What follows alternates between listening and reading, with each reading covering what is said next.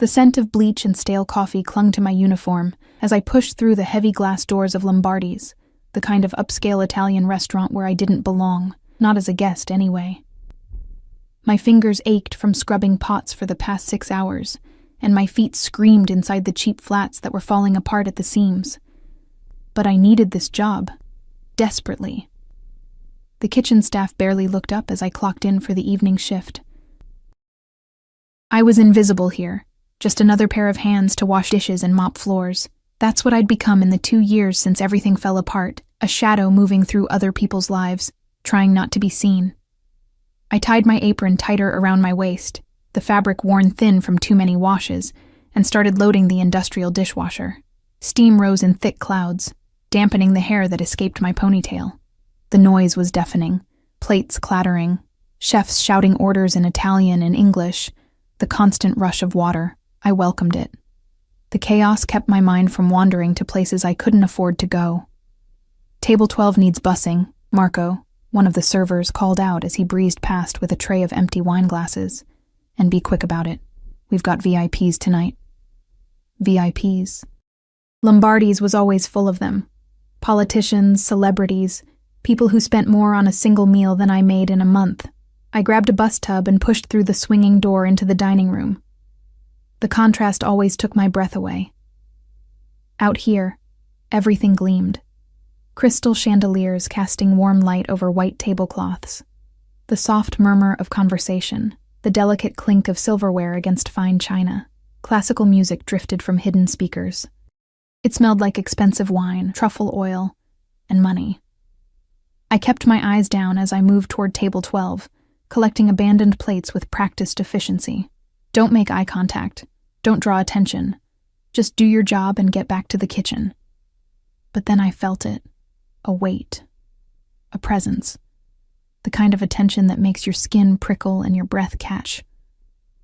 I glanced up without thinking, and my hands froze mid-reach for a bread plate. He sat in the corner booth, the best table in the house, the one reserved for people who didn't need reservations. The dim lighting there created shadows, but I could make out his silhouette. Dark suit, perfectly tailored. The kind that costs more than my yearly rent. His fingers rested on the stem of a wine glass, long and elegant, a heavy ring catching the light, a watch that probably cost 6 figures glinted at his wrist. But it was his face that made my stomach drop. Sharp jawline, high cheekbones, dark hair swept back in a way that looked effortless, but probably wasn't. And eyes. God, those eyes that seemed to cut through the distance between us like a blade. Even from across the room, I could feel their intensity. Dark, calculating, dangerous. He wasn't looking at his companions, 2 men in equally expensive suits who seemed to hang on his every word. He was looking at me. My pulse hammered in my throat. I jerked my gaze away, nearly dropping the plates in my bus tub. What was wrong with me? I'd seen attractive men before. This was different. He radiated something that made every instinct scream danger, and yet I couldn't shake the strange pull I felt. "Move it, sweetheart," Marco hissed as he passed, jarring me back to reality. I hurried toward the kitchen, my legs unsteady. Behind me, I swore I could still feel those eyes burning into my back.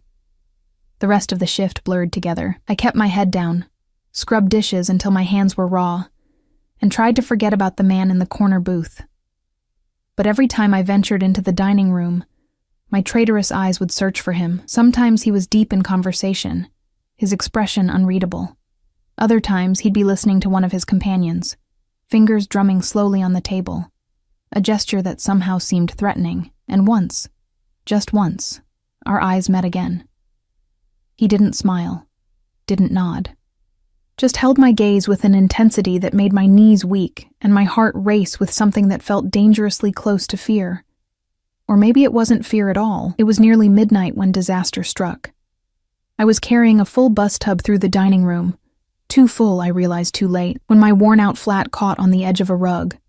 Time seemed to slow. The tub tilted. Plates, glasses, and silverware cascaded toward the floor in a horrible symphony of breaking china and shattering crystal.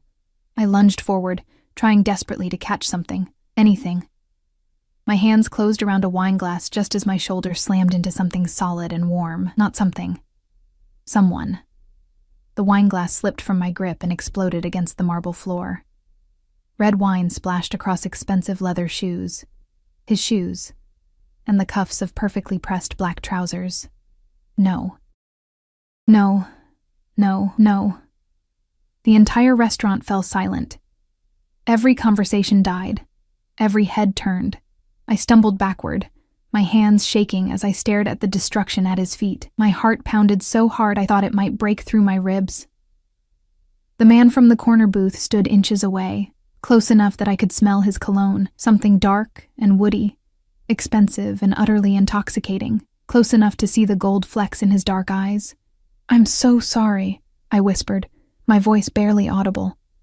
"I'm so sorry. I'll clean this up. I'll pay for the dry cleaning. Look at me." His voice was low, smooth, with an edge that made it a command rather than a request. An accent lingered beneath the English.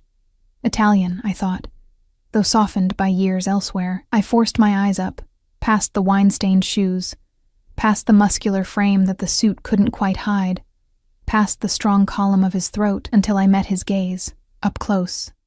He was devastating. Not handsome in a conventional way.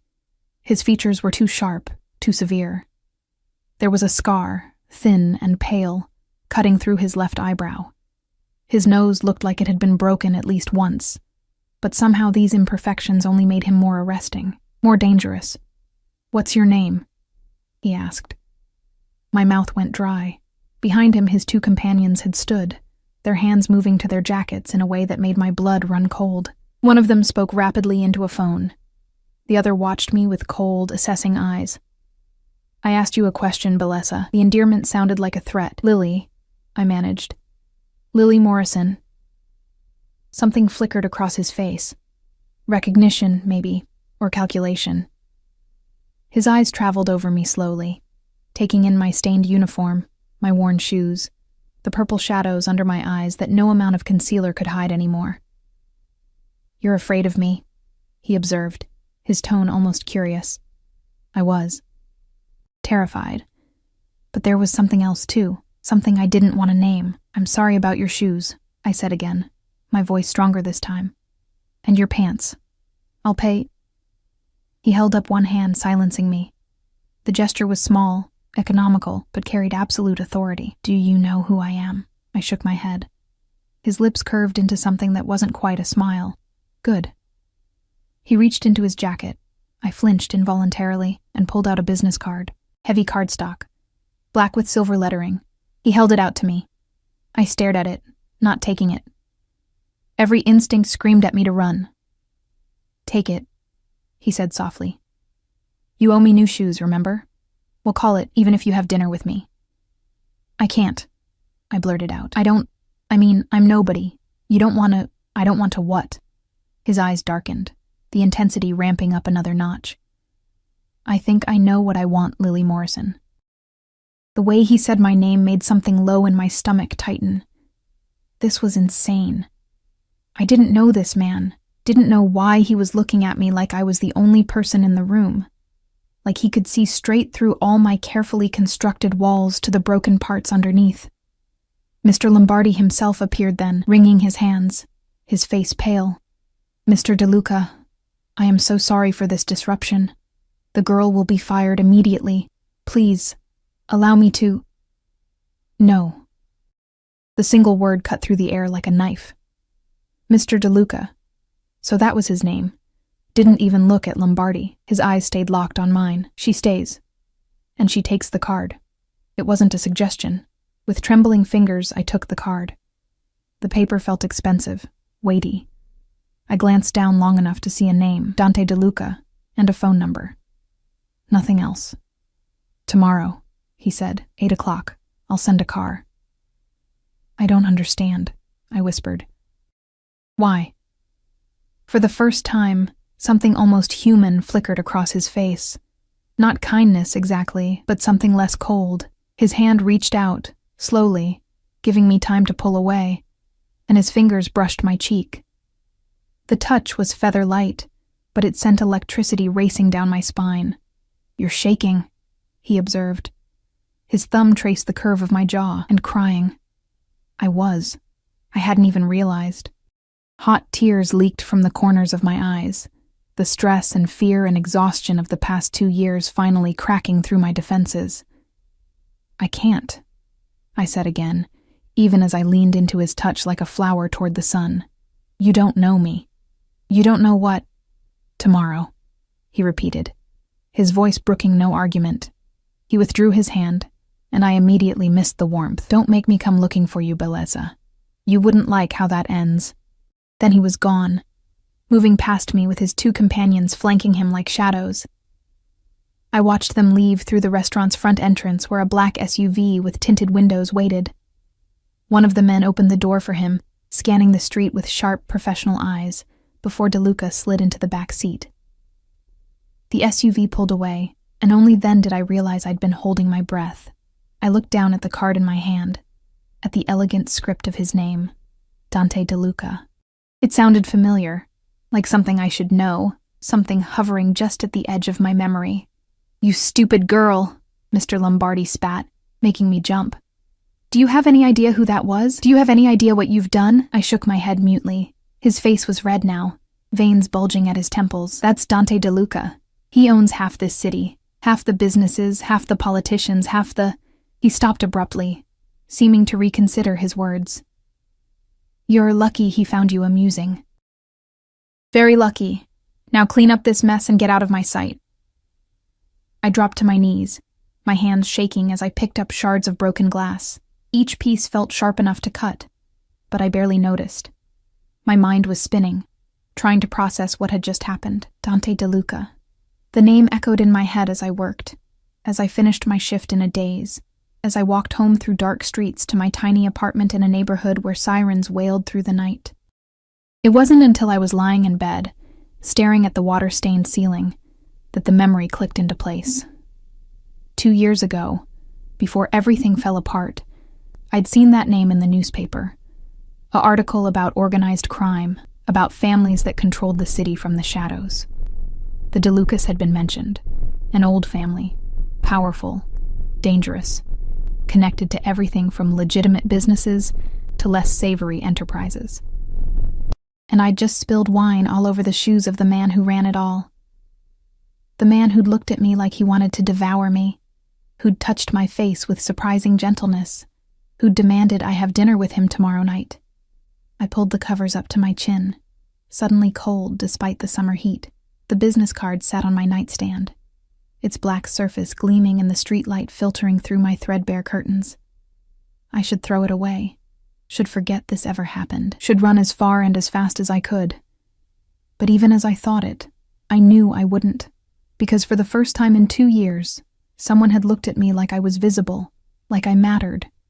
And even though every rational part of my brain screamed that Dante DeLuca was dangerous, that getting involved with him would be the worst mistake of my life, there was a treacherous part of me that wanted to know what would happen if I didn't run, if I took his hand and let him pull me into whatever dark world he inhabited.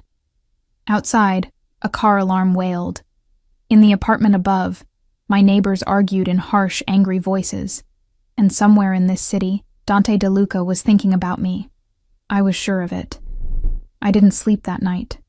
Every time I closed my eyes, I saw him, the sharp lines of his face, the way his fingers had felt against my skin, warm, possessive, claiming, the dangerous promise in his voice when he'd said I wouldn't like what happened if he had to come looking for me. By the time dawn broke, painting my dingy apartment in shades of gray, I'd made and unmade my decision 100 times. I wouldn't go. I couldn't. Men like Dante DeLuca didn't want girls like me for any good reason. Whatever game he was playing, I wanted no part of it. But then I'd remember the card on my nightstand, and my resolve would crumble. I dragged myself out of bed and stood under the lukewarm spray of my shower, trying to wash away the exhaustion and fear. The water pressure was weak, sputtering like it might give out completely any moment, just another thing in my life that was broken and unfixable. My reflection in the foggy mirror showed a stranger. When had I gotten so thin? The bones in my shoulders jutted out sharply, and dark circles ringed my eyes like bruises. I looked haunted. Maybe I was. I dressed in my only decent outfit, A simple black dress I'd bought at a thrift store, slightly too big now, but still presentable. My hands shook as I tried to apply mascara, the wand trembling so badly I nearly poked myself in the eye. This was ridiculous. I was getting ready for a date I hadn't even decided to go on. The day crawled by with agonizing slowness. I had the morning shift at a diner across town, my second job, the one that barely covered groceries. The owner, Mrs. Chen, was kind enough not to ask why my eyes were bloodshot or why I jumped every time the door opened. "You okay, honey?" she asked around noon, her weathered face creased with concern. "Fine," I lied, forcing a smile. "Just tired." She patted my hand with her small, calloused one. "You work too hard. Young girl like you should be out having fun, not killing herself over 2 jobs. If only she knew. If only anyone knew the real reason I worked myself to the bone, why I lived in an apartment that should have been condemned, why I flinched at shadows and jumped at sudden noises." By 7 o'clock, I was back in my apartment, staring at that damned business card. My phone, an old model with a cracked screen, sat silent beside it. I could call, make an excuse, say I was sick, or that I'd changed my mind. But then what? Would he accept my refusal, or would he make good on his threat to come looking for me? The thought sent a shiver down my spine that wasn't entirely unpleasant, and I hated myself for it. At 7:45, a knock on my door nearly stopped my heart. I wasn't on the ground floor. Someone had to be buzzed in, which meant whoever was out there had either convinced my elderly neighbor, Mrs. Patterson, to let them in, or they'd simply walked past any security this building pretended to have. I approached the door on silent feet, my pulse thundering in my ears. Through the peephole, I saw a man in a black suit, not Dante. This one was older, built like a brick wall, with gray at his temples and a scar running down his left cheek. One of the men from last night. "Miss Morrison," he called through the door, his voice surprisingly gentle. "Mr. DeLuca sent me to escort you to dinner." "The car is waiting downstairs." I pressed my forehead against the door, breathing hard. This was real. This was actually happening. "Miss Morrison, I know you're there. Mr. DeLuca doesn't like to be kept waiting." The unspoken threat hung in the air. I could refuse, lock myself in, pretend none of this was happening. But somehow I knew it wouldn't matter. Dante DeLuca had decided he wanted me there, and men like him didn't take no for an answer. With trembling fingers, I unlocked the door. The man's expression softened slightly when he saw me. Up close, his face was lined with age and experience, his eyes a sharp gray that missed nothing. They swept over me quickly, assessing, cataloging, measuring threat levels like a trained professional. "I'm Marco," he said, extending a hand. "I head Mr. DeLuca's security detail. You have nothing to fear from me or anyone else tonight. You have my word." I didn't take his hand. "What does he want with me?" Marco's lips twitched into something almost like a smile. "That's between you and the boss. But I can tell you this. He doesn't often extend personal invitations. You should consider yourself fortunate. Fortunate. Right. And if I don't want to go?" The almost smile faded. "Then I'll wait here while you call him and explain that yourself." "But Miss Morrison?" He leaned in slightly, his voice dropping. "Mr. DeLuca has been on edge all day, distracted. He's not a man who gets distracted easily. Whatever this is between you two, I'd suggest you don't toy with him, for your own sake." The warning was clear.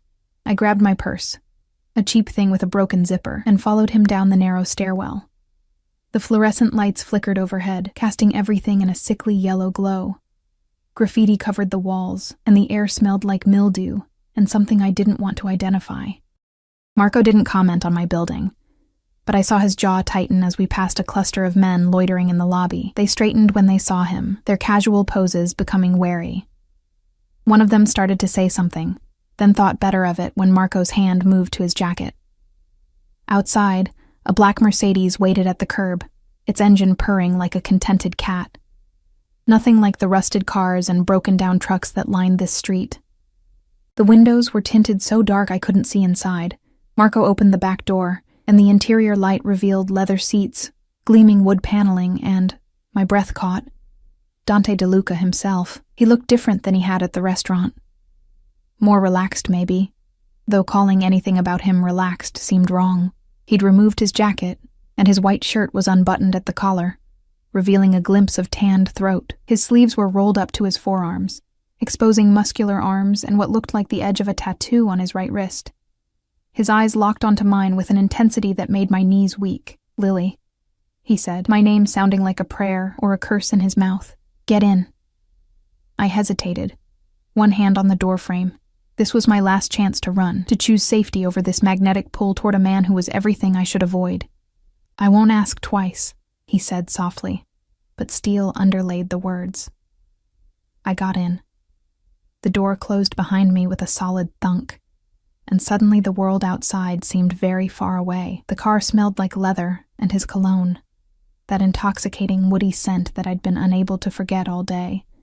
The space felt intimate, charged with electricity that made the air hard to breathe. "You're late," he observed, as Marco slid into the driver's seat and the car pulled smoothly into traffic. "By 5 minutes," I shot back before I could stop myself. "And I didn't agree to come at all." One dark eyebrow rose. "And yet, here you are." I had no response to that. We drove in silence through the city streets, moving from my run-down neighborhood into areas I rarely visited. The buildings grew taller, cleaner. The people on the sidewalks looked prosperous, their clothes expensive, their smiles easy. I was acutely aware of Dante beside me. He didn't touch me, but I could feel the heat radiating from his body, could feel his gaze on me even when I stared resolutely out the window. "Where are we going?" I finally asked. "Somewhere private. Somewhere we can talk without interruption." That should have scared me. Instead, it sent a thrill racing through my blood. We pulled up to a high-rise building in the heart of downtown, all glass and steel reaching toward the sky. A doorman in a crisp uniform hurried to open the car door, his eyes widening slightly when he saw Dante. "Mr. DeLuca, welcome back." Dante ignored him, his attention focused entirely on me. He extended his hand. "Come." I looked at that outstretched hand, strong, scarred knuckles, that heavy signet ring, and knew that taking it would change everything, that I was standing on the edge of a precipice, and one more step would send me tumbling into an abyss I might never climb out of. I took his hand. His fingers closed around mine, warm and possessive, and a satisfied sound rumbled in his chest. He pulled me from the car with easy strength, keeping me close to his side as we walked through the marble lobby. His hand settled on the small of my back. Proprietary and possessive in a way that should have offended me, it didn't. The elevator ride to the penthouse was silent, except for the soft hum of machinery. Dante didn't release my hand. His thumb traced small circles on my wrist, right over my pulse point, and I knew he could feel how fast my heart was racing. "Nervous?" he asked, his voice low. "Terrified," I admitted. His lips curved into a real smile this time, transforming his severe features into something devastating. "Good. You should be." The elevator opened directly into the penthouse, and I stepped into a world I'd only seen in magazines. Floor-to-ceiling windows offered a panoramic view of the city lights sprawling below.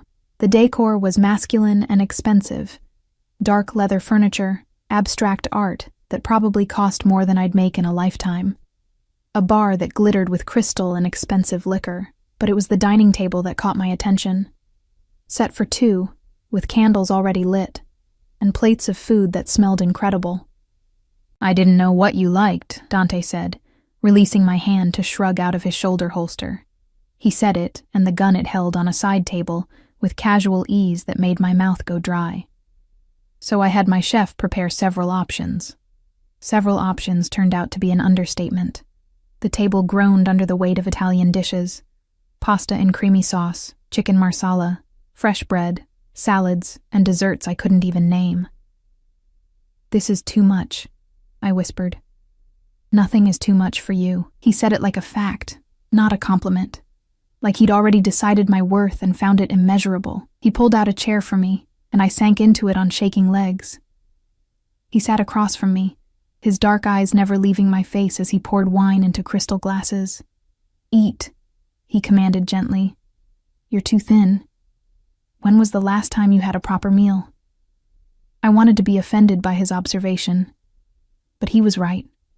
I couldn't remember the last time I'd eaten anything more substantial than ramen or whatever Mrs. Chen let me take home from the diner. The food was incredible.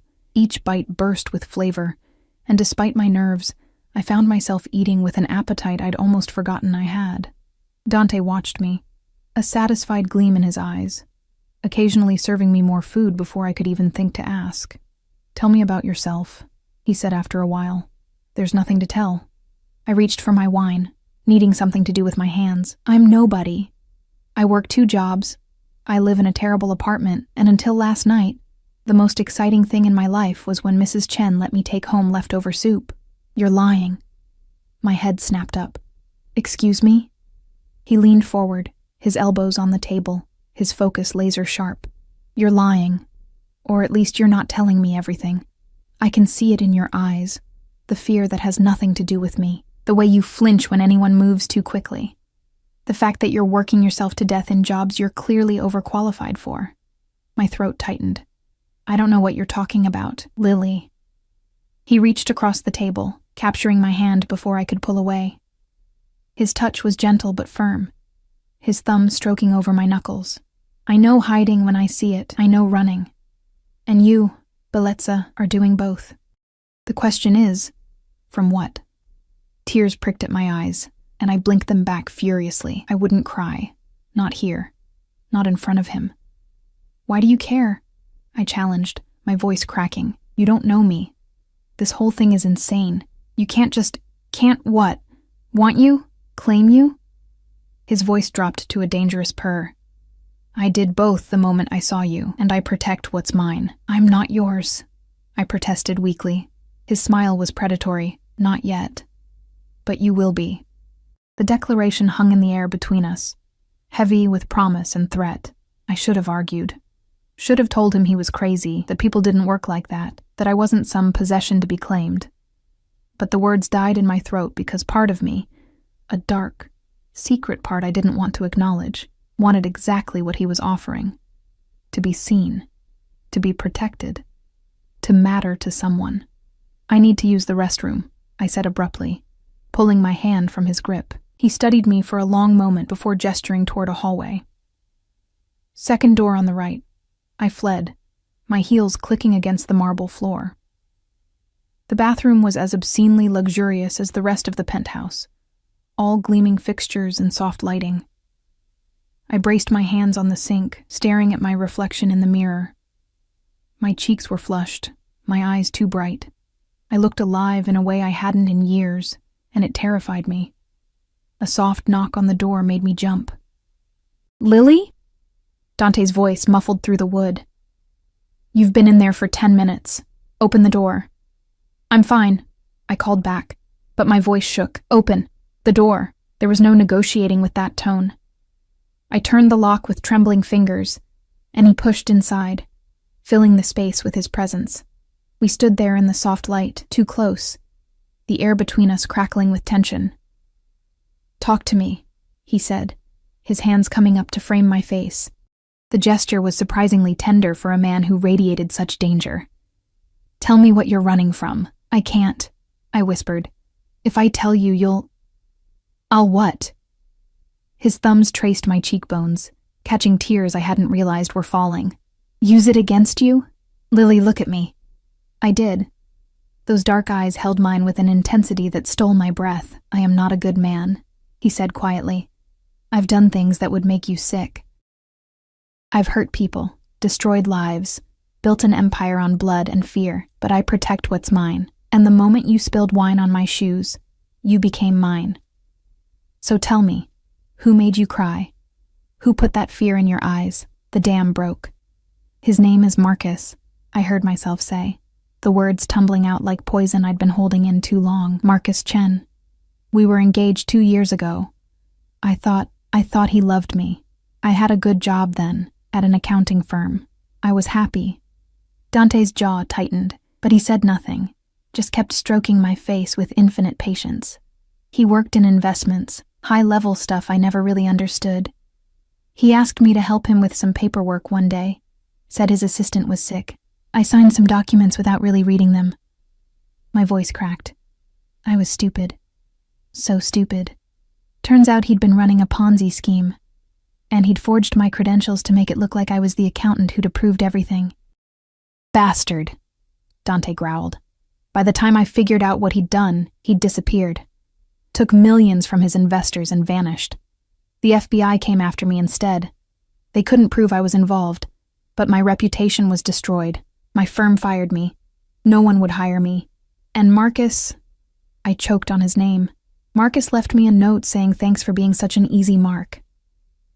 Dante's hands had stilled on my face. When I dared to look at him, his expression was terrifying, cold rage barely contained beneath a civilized veneer. Where is he now? I don't know. No one knows. He's good at hiding, good at becoming someone else. I laughed bitterly. The FBI says if he ever surfaces, they'll find him, but it's been 2 years, and nothing. Give me 3 days, Dante said, his voice like steel wrapped in velvet. I'll find him. I'll bring him to you. And you can decide what happens to him. I stared at him, shock momentarily overriding everything else. You can't just... I can do whatever I want, Bellezza. That's what you don't understand yet. He leaned in, his forehead touching mine. You've been carrying this alone for 2 years, working yourself to death, hiding, living in fear that he might come back. That ends now. Why? The question came out as barely a whisper. Why do you care? His answer was to kiss me, not gentle, not tentative. His mouth claimed mine with a possessiveness that made my knees buckle. One arm wrapped around my waist, hauling me against his hard body, while his other hand tangled in my hair. He kissed me like he was starving, and I was the first meal he'd seen in years. I should have pushed him away, should have maintained some dignity, some distance. Instead, I kissed him back. My hands fisted in his shirt, pulling him closer even though there was no space left between us. He tasted like wine and danger, and something I couldn't name but needed desperately. When his tongue swept into my mouth, I made a sound I'd never heard myself make before. Needy. Desperate. He broke away first, both of us breathing hard. His eyes had gone nearly black, pupils blown wide with desire. That's why, he said roughly. Because I've never wanted anything the way I want you. Because I took one look at you and knew you were supposed to be mine. Call it insanity. Call it obsession. I don't care. You're not going back to that life, Lily. Not to those jobs, not to that apartment, not to hiding in fear. You can't just decide that, I protested. But it sounded weak even to my own ears. Watch me. He pulled his phone from his pocket and made a call, keeping me trapped against him with one arm. Marco, send a team to Miss Morrison's apartment. I want everything she owns packed and moved to the spare bedroom here by morning. Everything. Clothes, photographs, documents, all of it. And I want 2 men stationed outside her building tonight. If anyone approaches her door, I want to know about it immediately. Dante, wait. I tried to interrupt, but he covered my mouth with his hand. Not roughly, but firmly enough to silence me. And Marco, run a full background check. I want to know everything about Marcus Chen. Last known locations, associates, bank records, everything. I want him found. He paused, listening. I don't care how many resources it takes. Find him. He ended the call and removed his hand from my mouth. You're insane, I said, my heart racing. You can't just... This is kidnapping. This is me protecting you. He cupped my face again, forcing me to meet his eyes. You can fight me on this. You can hate me for it. But you're not going back to that life. I won't allow it. You don't own me, I said. But the words lacked conviction. Not yet, he agreed. But I will. And deep down, in that part of yourself you're trying so hard to deny, you want me to. He was right, and I hated him for it. Hated how easily he could see through my defenses. Hated how much I wanted to lean into the safety he was offering, even though I knew men like him were more dangerous than anything Marcus had ever done to me. Come, he said, taking my hand and leading me back to the dining room. Finish your dinner. You need your strength. I followed because I didn't know what else to do. We ate in silence, but it wasn't uncomfortable anymore. It was charged, expectant, like the moment before a storm breaks. My phone buzzed in my purse. I pulled it out, expecting a spam call, and froze when I saw the text message. Unknown number. I saw you get into a car with a man tonight. Making new friends, Lily. I thought you'd learned your lesson about trusting the wrong people. Be careful. You never know who's watching. The blood drained from my face. The phone slipped from my nerveless fingers and clattered onto the table. Dante snatched it up before I could react, his eyes scanning the message. His expression went from dangerous to absolutely lethal. How long has he been contacting you? His voice was deadly calm. He hasn't. I managed through numb lips. Not since he left. This is the first. Oh God, he's here. He's in the city. He's watching me. Dante was already on his phone again. Marco, we have a problem. Someone's been watching Miss Morrison's apartment. I'm sending you a screenshot. Trace this number. Now. He looked at me, and for the first time since I'd met him, I saw something almost like concern in his eyes. Has he ever threatened you physically? I shook my head. No. He's a coward. He manipulates. He steals, but he doesn't. I stopped, remembering. There was one time, right before he disappeared. I confronted him about some irregularities I'd found. He grabbed my wrist, squeezed hard enough to bruise, told me I should be more careful about asking questions I didn't want answers to. Dante's hand clenched into a fist on the table. And you thought you were safe working 2 jobs, living in that death trap of a building, walking home alone at night. I didn't have a choice, I shot back.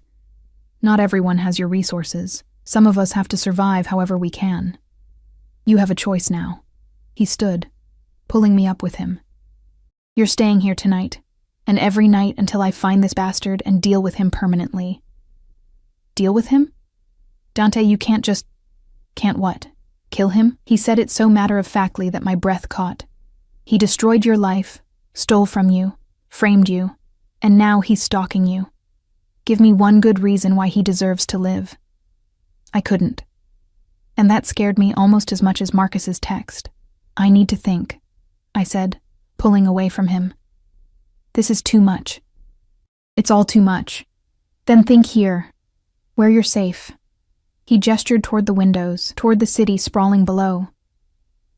Do you see those lights, Lily? I control half of them. Businesses, politicians, police officers. They all answer to me in one way or another. There is nowhere in the city Marcus can hide that I won't find him. But you need to be smart about this. You need to let me protect you. And what do you get out of it? I challenged. Men like you don't do anything without expecting something in return. His smile was predatory. You're right. I want you. In my home, in my bed, in my life. I want to know everything about you. Every fear, every dream, every secret. I want to watch you come alive again. The way you were before Marcus broke you. And in return, I'll give you everything. Safety. Protection. Revenge if you want it. That's not a relationship, I whispered. That's possession. Yes, and you'll learn to crave it. My phone buzzed again. Another text from the unknown number. He's very protective, your new friend. Very possessive. I wonder if he knows what he's getting into. You always were good at manipulating men, Lily. It's almost impressive. Rage, hot and fierce, flooded through me. He's trying to make me doubt you, trying to make you doubt me. It won't work. Dante took the phone and turned it off completely. Nothing he says will change what I know. What I see when I look at you. And what do you see? I asked, desperately needing to know. He moved closer, backing me against the window. The city lights glittered behind me, making me feel suspended between earth and sky. His hands bracketed my waist, caging me in. I see a survivor, he said quietly. Someone who's been knocked down and got back up. Someone strong enough to rebuild her life from nothing, even when the world turned its back on her. I see beauty that isn't just physical, though you are beautiful, Bellezza, more than you know. I see someone worthy of protection, of devotion, of everything I have to give. Tears streamed down my face, and this time I didn't try to hide them. Stop hiding your tears, he said, his voice going dark and soft. He won't touch you while I'm here. He won't touch you ever again. I promise you that. And somehow, impossibly, I believed him. I woke to sunlight streaming through floor-to-ceiling windows, and the disorienting realization that I wasn't in my apartment. The bed beneath me was enormous, the sheets softer than anything I'd ever felt. And for one blissful moment, I forgot where I was. Then memory crashed back. Marcus's text, Dante's promise, the way he'd held me after I'd finally stopped crying, carrying me to this bedroom like I weighed nothing, staying until I fell asleep in the chair beside the bed. I sat up, finding myself still in my black dress from last night.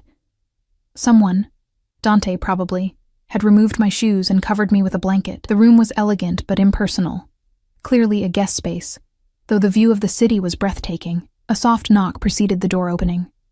A woman in her 50s entered, carrying a tray of coffee and pastries. Her hair was pulled back in a neat bun, her expression warm but professional. "Good morning, Miss Morrison. I'm Elena, Mr. DeLuca's housekeeper.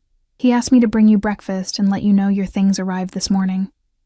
I've unpacked everything in the closet." She set the tray on the bedside table.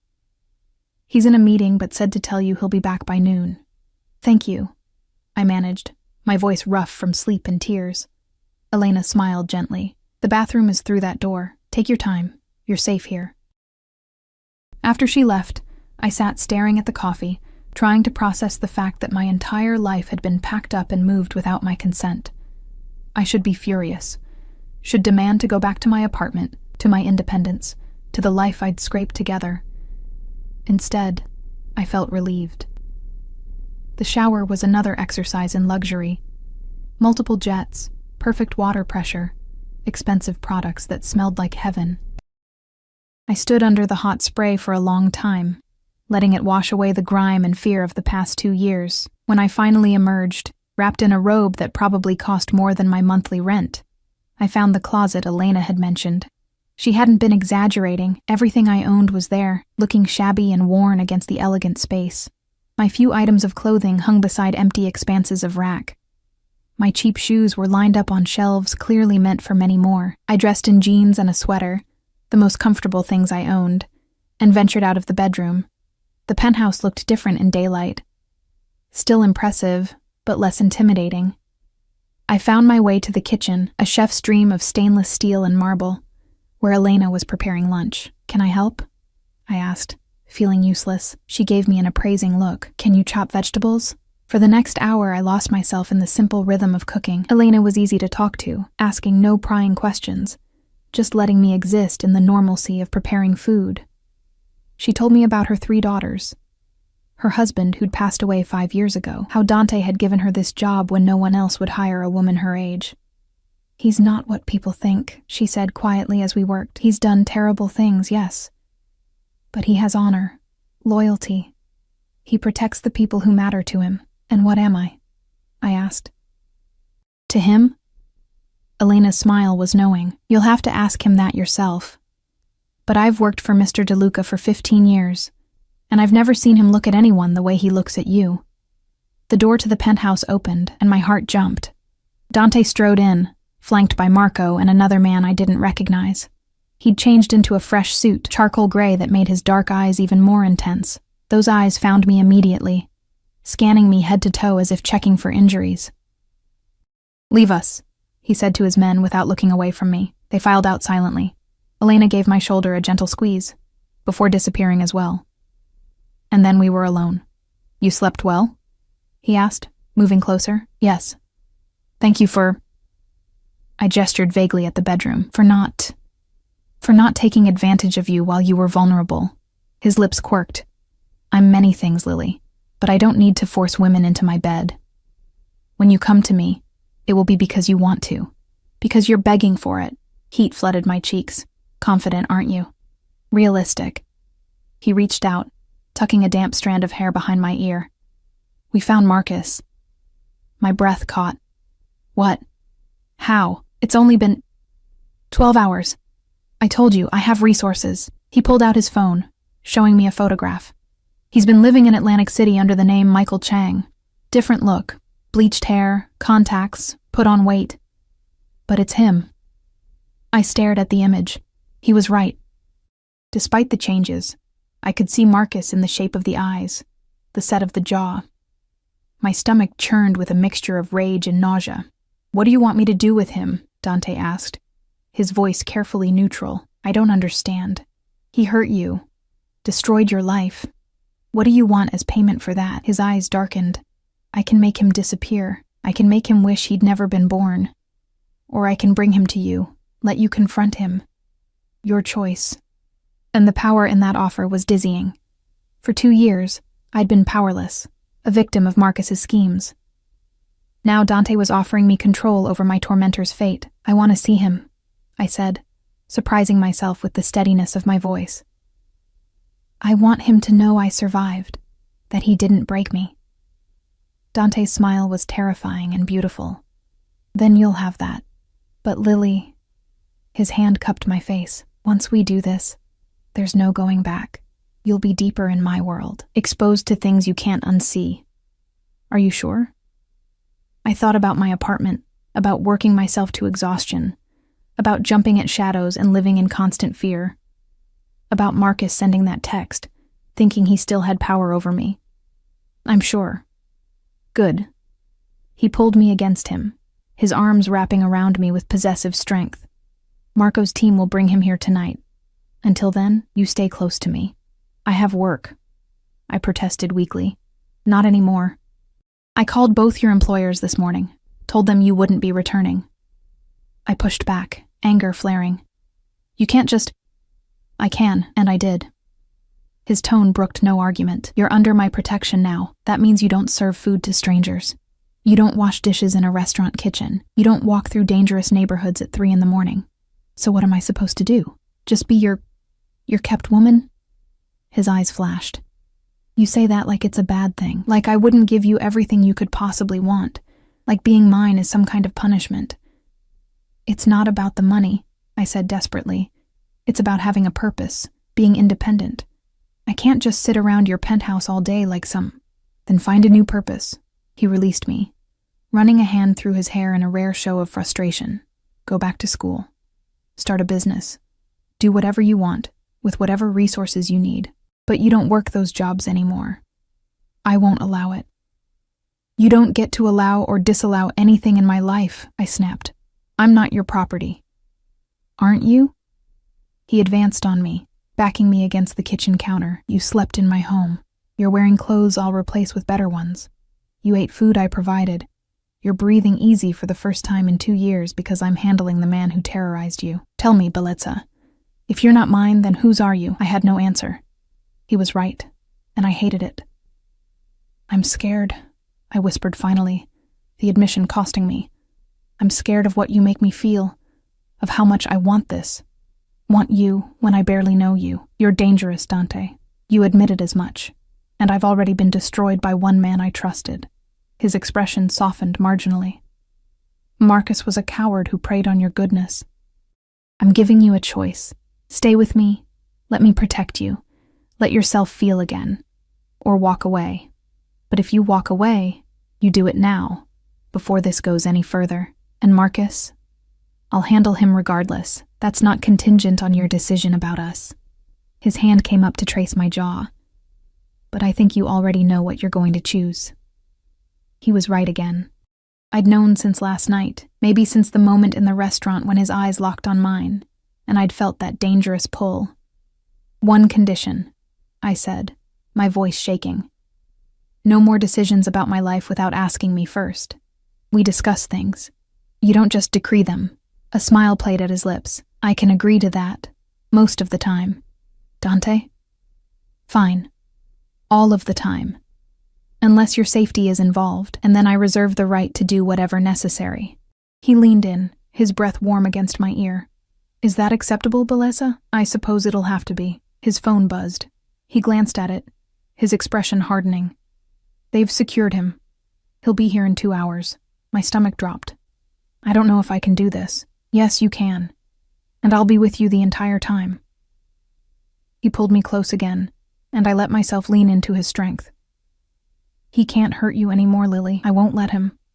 The next 2 hours passed in a blur. Dante made calls, gave orders in rapid Italian to people I couldn't see. Elena brought me tea I couldn't drink. Marco appeared with 2 other men, all of them armed, all of them moving with military precision to prepare the penthouse for whatever was about to happen. I sat on the couch, watching the city below, trying to prepare myself. 2 years of anger and fear churned in my stomach. 2 years of questions I'd never gotten to ask. Dante sat beside me, his hand covering mine. You don't have to say anything to him if you don't want to. Just seeing you thriving despite what he did, that might be punishment enough. But I wanted more than that. I wanted answers. When the elevator opened, my heart nearly stopped. Marco entered first, followed by 2 men hauling a third between them. Marcus. Older, different looking, but unmistakably him. They'd tied his hands, and there was a bruise forming on his jaw. His eyes were wild with fear. Those eyes found me, and he went very still. Lily? His voice was hoarse. What? How? Hello, Marcus. I was surprised by how steady my voice sounded. How cold I felt, looking at the man who'd destroyed everything. Or should I call you Michael? I can explain. He started, the familiar charm creeping into his voice. If you'll just listen. Shut up, Dante said quietly. But the command in his voice made Marcus's jaw snap closed. You speak when she gives you permission. You breathe when she allows it. Understand? Marcus's eyes darted between us, calculation working behind them. So, you found yourself a new mark. I have to hand it to you, Lily. You've traded up. Though I wonder if he knows what you're really like. Dante moved faster than I could track. One moment he was beside me. The next, his fist connected with Marcus's face with a sickening crunch. Marcus went down hard, blood streaming from his nose. I said, shut up. Dante's voice was terrifyingly calm as he stood over Marcus. The lady didn't give you permission to speak. Try again. Marcus spat blood onto Dante's pristine marble floor, his eyes watering from the pain. When he looked at me again, the charm was gone, replaced by something uglier, resentment, and barely concealed hatred. Go ahead, Dante said, stepping back to my side. His hand found the small of my back, steadying me. Ask him whatever you need to ask. I stood, my legs surprisingly steady, and walked closer to Marcus. He flinched when I approached, and I felt a savage satisfaction at his fear. Why? The question came out stronger than I expected. Why me? Was I just convenient, or was ruining my life part of the plan all along? Marcus's laugh was bitter. You really want to know? You were perfect, Lily. Smart enough to be useful, naive enough to trust me. You had the credentials I needed, the reputation. And you were so desperate to believe someone could love you that you never questioned anything. Each word was designed to wound, but I felt nothing. 2 years of surviving had armored me against his poison. The money, I continued. Where is it? Gone. Spent. Invested in ventures that didn't pan out. He shrugged, the gesture hampered by his bound hands. Easy come, easy go. And the people you stole from? The retirees who lost their savings? The families you destroyed? My voice rose despite my attempts to control it. Did you ever think about them? Why should I? Marcus's eyes were cold now. All pretense dropped. The world is full of suckers waiting to be taken. I just happen to be smarter than most. You're not smart, I said quietly. You're a coward. You prey on people who trust you because you know you could never succeed on your own merit. You're pathetic. Something shifted in Marcus's expression, a flash of genuine rage beneath the fear. You think you're better than me now? Look at yourself, Lily. You've just traded one con man for another. You think he's different? He jerked his head toward Dante. He's worse than I ever was. At least I never pretended to be anything but what I am. The difference, Dante said, his voice like ice, is that I protect what's mine. You destroy it. And Lily is mine now. For how long? Marcus sneered. Until he gets bored? Until you become inconvenient? Men like him don't keep women like you around for... He didn't finish. Dante's hand was around his throat, lifting him off the ground with terrifying ease. Marcus's face turned purple, his bound hands clawing uselessly at Dante's arm. Dante, I said softly. Don't. He held Marcus there for another few seconds, long enough to make his point, before dropping him. Marcus collapsed, gasping and coughing. Thank you for that, I said to Dante, surprising myself. But I'm done with him. I got my answers. What do you want me to do with him? I looked down at Marcus, wheezing on the floor, and felt nothing but contempt. Killing him would make him a martyr in his own mind. Prison would at least give him time to reflect on his choices. Turn him over to the FBI, I said. Let them have him. Let him face every family he destroyed, every person he stole from. Let him spend the next 20 years in a cell, knowing I'm out here living my life while he rots. Dante's smile was proud. As you wish. He gestured to Marco, who moved forward with his men. Take him to the federal building. Anonymous tip. Make sure they find all the evidence they need to put him away forever. As they dragged Marcus toward the elevator, he tried one last time. This isn't over, Lily. You can't just... The elevator doors closed, cutting off his protests. And just like that, it was done. I stood there, trembling now that the adrenaline was fading, and Dante pulled me into his arms. I buried my face in his chest, breathing in his scent, letting his strength anchor me. You were magnificent, he murmured against my hair, fierce and strong and everything I knew you were. I don't feel fierce, I admitted. I feel exhausted. Then rest. You're safe now. He can't touch you ever again. Over the following weeks, my life transformed in ways I couldn't have imagined. True to his word, Dante let me make my own choices, within reason. I enrolled in online business courses, discovering a passion for entrepreneurship I'd never had the freedom to explore. Elena became more friend than employee, teaching me to cook and sharing stories about Dante's rare moments of vulnerability. Marco appointed himself my unofficial bodyguard, much to my initial annoyance and eventual appreciation. He taught me self-defense moves in the penthouse gym, his gruff exterior hiding a surprisingly gentle nature, and Dante was everywhere and everything. Overwhelming in his attention, demanding in his affection, possessive in ways that should have scared me, but instead made me feel cherished. He came home each night, sometimes early, sometimes after midnight, but he always came home to me. We fell into a rhythm, mornings together over coffee, him reviewing business while I studied. Evenings spent cooking with Elena, or dining out at restaurants where we were always given the best table, the most attentive service. Nights where he'd pull me into his arms and we'd talk for hours, sharing pieces of ourselves we'd never shown anyone else. He told me about growing up in his father's shadow, about the violence and ruthlessness required to maintain power in his world, about the first time he'd killed someone, a man who'd betrayed his family, and how it had changed him forever. I told him about my childhood, about parents who'd died in a car accident when I was 19, about building a life from nothing only to have Marcus tear it down, about the shame and fear that had kept me isolated for so long. You're not alone anymore, he said one night as we lay in his bed. Our bed now, as I'd moved from the guest room weeks ago. You'll never be alone again. 3 months after that first night, I woke to find Dante already dressed, sitting on the edge of the bed watching me with an intensity that made my breath catch. What? I asked sleepily. Marry me. I sat up, suddenly very awake. What?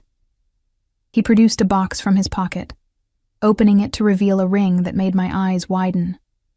The center stone was a deep ruby, surrounded by diamonds, set in platinum.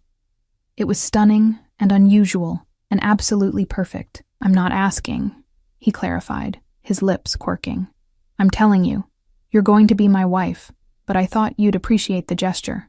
That's the worst proposal I've ever heard, I said, but I was smiling. Then let me rephrase. He took the ring from the box and reached for my hand. Lily Morrison, you walked into my life covered in wine and fear, and you brought light into darkness I didn't know could be illuminated. You're strong and fierce and stubborn as hell. You challenge me, ground me, make me want to be better than I am. I love you with a possessiveness that probably isn't healthy and an intensity that definitely isn't normal. Marry me, choose me. Let me spend the rest of my life protecting you, providing for you, and proving every single day that you are the most important thing in my world. Tears streamed down my face. That's better. Is that a yes? It's a yes on one condition. His eyebrow rose. You're negotiating with me. You said we discuss things, I reminded him. I want a prenup. He looked genuinely surprised. Why? Because I won't have anyone, including you, someday in some terrible future scenario, thinking I married you for your money. I wanted in writing that I claim nothing from you except your heart. Everything else is yours." For a long moment, he just stared at me. Then he laughed. A real, genuine laugh I'd only heard a handful of times. "You're remarkable," he said, sliding the ring onto my finger.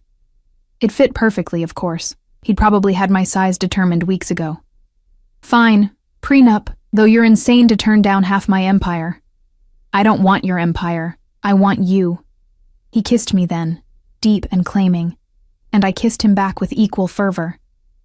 When we broke apart, both breathing hard, his eyes had gone dark with desire. "Mine," he said against my lips. "Yours," I agreed, "always yours." 6 months later, I stood in front of a mirror in an elegant bedroom, adjusting the simple white dress I'd chosen for our wedding.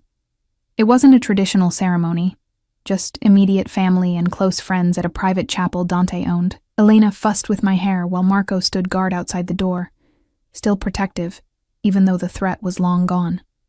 Marcus was serving 15 years in federal prison.